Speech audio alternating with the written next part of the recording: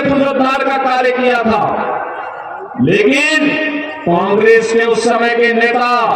देश के प्रधानमंत्री जवाहरलाल नेहरू जी ने सोमनाथ मंदिर के पुनरुद्धार का विरोध किया। कांग्रेस चाहती नहीं थी कि राम मंदिर का पुनरुद्धार हो, सोमनाथ के मंदिर का पुनरुद्धार हो। कांग्रेस समस्या देने वाली थी, लेकिन भाइयों बहनों, जैसे ही उत्तर प्रदेश में डबल इंजन की भाजपा की सरकार आई और प्रधानमंत्री मोदी जी के आह्वान पर आज समस्या का समाधान हो गया। मैं देख रहा था राहुल जी कल से परसों से केदारनाथ धाम में दर्शन करने के लिए गए हैं, तो मुझे एक सुखद अनुभूति हुई कि चलिए राहुल जी को पूर्वाभास हो गया है कि अब कांग्रेस के लिए कोई जगह नहीं बची है, मध्य प्रदेश में कांग्रेस का सफाया तय है, और इसीलिए उन्होंने पहले ही केदारनाथ धाम की यात्रा का रास्ता अपना लिया है। भाइयों बहनों, केदारनाथ धाम कांग्रेस की राज्य में, जब उत्तराखंड राज्य में और केंद्र में सरकार थी, तब उत्तराखंड में केदारनाथ धाम पूरी तरह प्राकृतिक आपदा की चपेट में आ गया था। हम सब आभारी हैं प्रधानमंत्री मोदी जी के, जिन्होंने केदारनाथ को एक भव्य स्वरूप देकर के केदारपुरी के रूप में पुनर्स्थापित कर दिया है। महाकाल का महालोक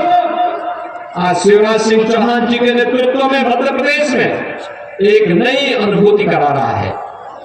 और वैसे ही अयोध्या में भगवान श्री राम का भव्य मंदिर हो या काशी में काशी विश्वनाथ धाम एक नई अनुभूति कराता है। भाइयों बहनों, विकास की योजनाओं के बारे में अगर आप देखेंगे, इंफ्रास्ट्रक्चर के जो कार्य हो रहे हैं, उस दौरान उन्होंने देश के अंदर हर प्राचीन धार्मिक स्थलों को एक नया स्वरूप देने का बड़ा अभियान प्रारंभ किया था, और कोई प्रमुख धार्मिक स्थल ऐसा नहीं था जिसके लिए उन्होंने उस समय धनराशि देकर के अपनी विरासत को सम्मानित करने का कार्य और गौरवान्वित करने का कार्य में किया हो। भाइयों बहनों, एक लोगों के मन में एक लालसा होती है, यह कार्य 1947 में भी हो सकता था,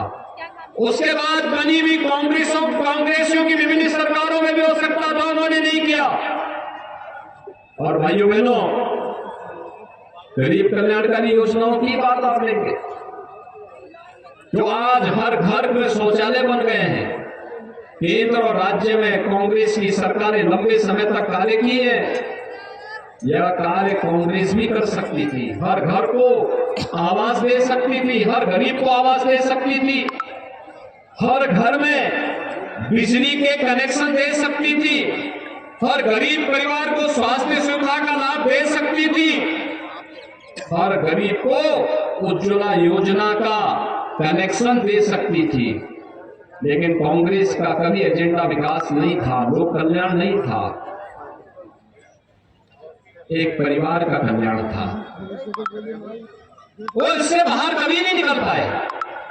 और भाइयों बहनों, आज इसीलिए हम सब आपके बीच आए हैं। भारतीय जनता पार्टी ने जो कहा वो करके दिखाया, समाधान किया, और समाधान को निकाल करके आपके बीच में लाने का कार्य अगर किसी पार्टी ने किया है तो भारतीय जनता पार्टी ने किया है। चाहे वो देश की सुरक्षा का हो, देश की समृद्धि का हो, लोक कल्याण का हो, युवाओं के रोजगार का हो, चाहे वह पेयजल की समस्या का समाधान का हो, चाहे खेती की समस्या का समाधान का हो, चाहे वह प्रधानमंत्री किसान सम्मान निधि की योजना के माध्यम से हर किसान को सम्मानित करने का कार्य हो, ये सभी कार्य तो भारतीय जनता पार्टी ने, प्रधानमंत्री मोदी जी ने किया। और भाइयों बहनों, इसीलिए हम सबका एक संकल्प होना चाहिए। आप देखिए ना, भारतीय जनता पार्टी ने विधानसभा चुनाव की जिससे मध्य प्रदेश में किसी भी प्रकार का कोई कंफ्यूजन दूर हो सके, केंद्रीय मंत्रियों को भी विधानसभा के चुनाव में उतार करके जनता से कहा है, आप चिंता मत करिए, आपके साथ हमारे एक एक कार्यकर्ता खड़ा होकर के जनता के साथ हमेशा उनके सुख दुख में खड़ा होकर के कार्य करेगा। और भाइयों बहनों, उसी में श्री प्रहलाद सिंह पटेल जी भी नरसिंहपुर से आपके प्रत्याशी के रूप में आपके बीच में है।